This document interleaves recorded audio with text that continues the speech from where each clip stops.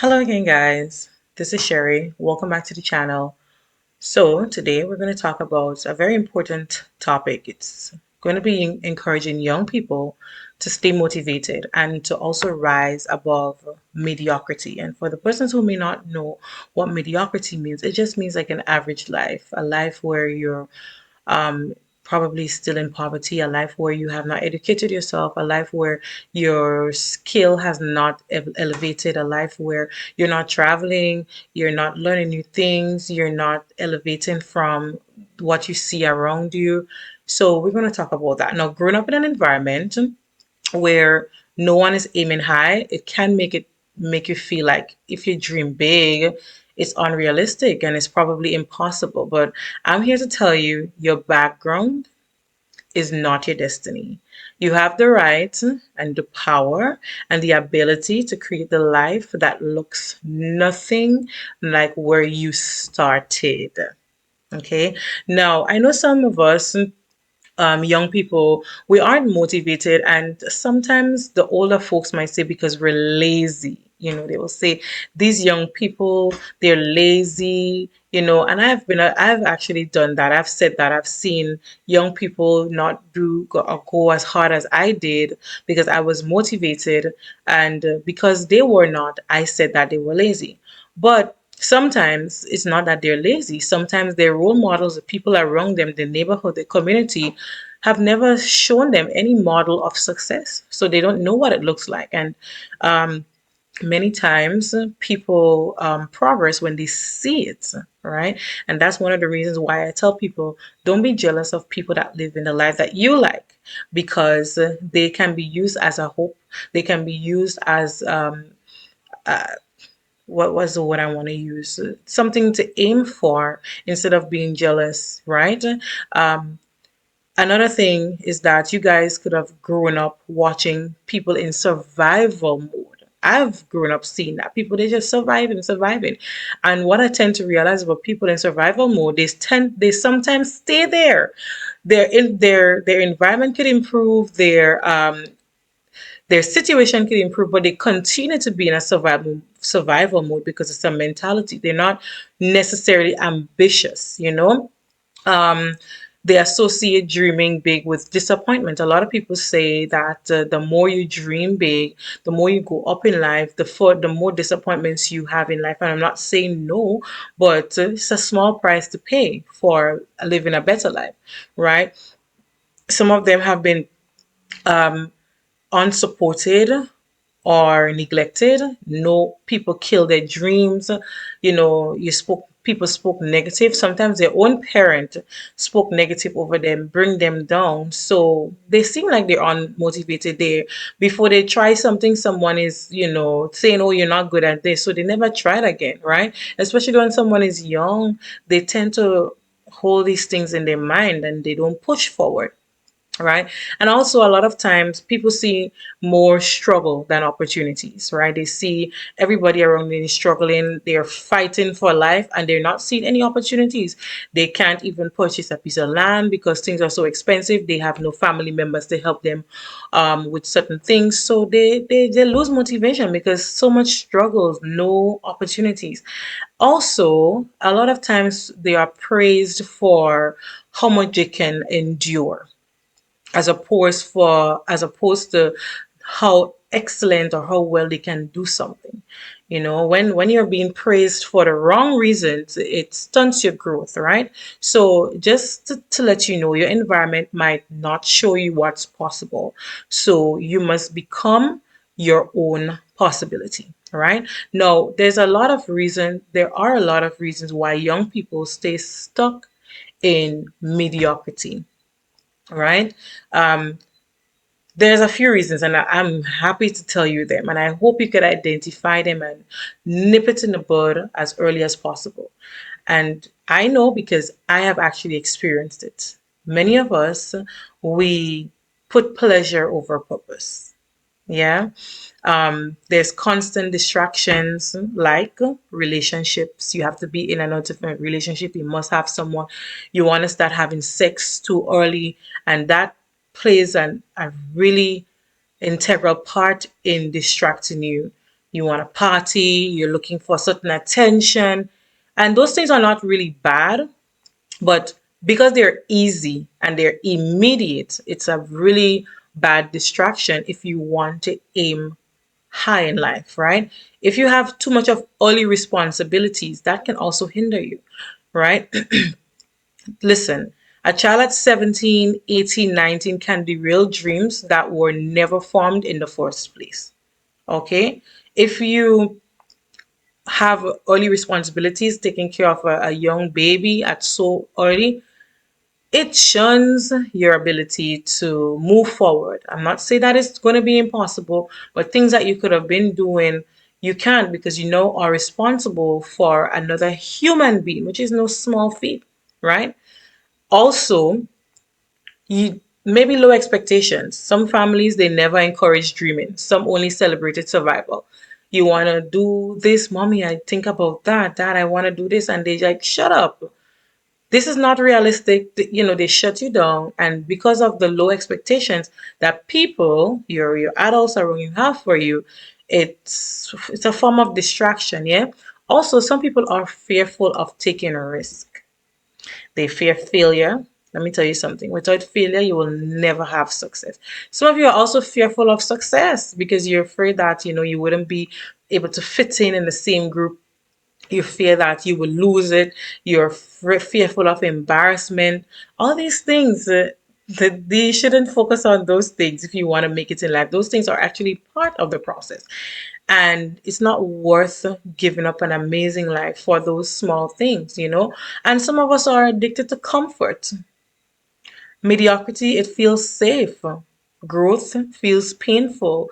Do you know how many times I had to grow out of how I was, the way I reacted with someone, the way I communicate, the way I did things, the way I sent an email, um, the way that there's so many things. It made me uncomfortable. I felt bad for not even knowing certain things, but it was a price to pay for growth. Everything you do in life that's good, there's a price to pay for it. You know, you don't just go pick up a Lamborghini in the dealership. You have to pay the price, right? Now, another key aspect is your mindset shift. I want you to shift your mindset.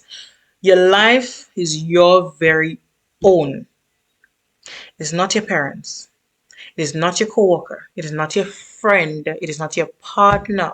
It is not, it is yours, right? You cannot build a life based on where you're coming from, right? You must build it around where you're going, right? And you're not responsible for your childhood, but you're responsible for your adulthood.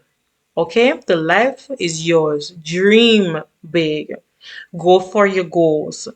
Step away from the obstacles, the distractions, the drinking, the smoking, the sex, the confusion, the violence. Here are some practical steps to stay motivated and to aim higher. First, you need to get clear on what you want. Ask yourself, what kind of man or woman do I want to become? What lifestyle do I want to live? What do I want my future to look like when I'm 25, when I'm 30, when I'm 35? You need to ask yourself because clarity, when you're clear on what you want, it's a cure for confusion. And as the Bible says, an unstable man is unstable in all his ways. So if you're unstable about what you want to do, where you want to live, how the kind of person you want to be, your whole life will be unstable. Nobody wants to live an unstable life. It is really not a good life, right? So that's the first thing. Get clear on what you want out of this life. The next thing I want you to do is to limit the distractions. As I previously said, limit the distractions and as they disguise as relationships and whatever. Not every relationship is bad. I'm not saying that, but many young women and men, they choose partners who pull them backwards. I ask young people when they say, you know, I have a boyfriend, what is the purpose of that relationship? Yeah. And I know how the hormones kick in and you want to try this and you're curious about that. I've been there, so I'm not coming down on nobody. But ask yourself, what does that relationship offer me? Is that person gearing me towards that scholarship that I want? Is that person helping me to stay away from bad habits like smoking and drinking, right? Is that person helping me to hold myself responsible when it comes to sexual activities? Is that person saying, hey, listen, this is your goal, this is your aim, this is what you want, right? And if someone is pushing you towards purpose, if they're not pushing you, sorry, towards your purpose, they're pulling you away from it. So you have to know what you want. If you don't know what you want, you wouldn't know if your partner is pushing you towards or away from that purpose, right? Another thing I want you to do: delay the pleasures that come with consequences. Delay them. They are pleasuring for now. Only now they are pleasuring, but in the end, I'm telling you, it is not worth it. Sex, babies, sexually transmitted infections and diseases, soul ties, violence, entanglements. You want to be in entanglements, you want to be in situation that will just bring a whole set of heartbreaks. And let me tell you, women heartbreak are worse than men's, right? So, and heartbreak is not easy. I mean, it's good to go through it once or twice in life because it kind of builds you, but it is not easy and it's not good to be dealing with it while you're studying or and you can actually hold yourself from going there by making the right decisions, by saying no. You know what? Many other times we cause our own heartbreaks because of our own desires. We entangle with someone that is not even they're not even a big deal, but because you put energy into that person, now you make them a big deal. Sometimes it's just a happy show person. I'm sorry, yes, there are people like that, but because you, oh, I love them, oh, I this, you put energy there that is not even necessary. You want to stay comfortable, then you're going to have stagnation. You're not going to move. Have you ever seen a water that's just stagnant? It starts smelling. It organisms start living in it and making it, unpleasant. You don't want to be that kind of person, right? Now, another thing I'm going to tell you: surround yourself with people that are elevating as well. If you don't have inspiring parents or you don't have inspiring friends, create your own environment.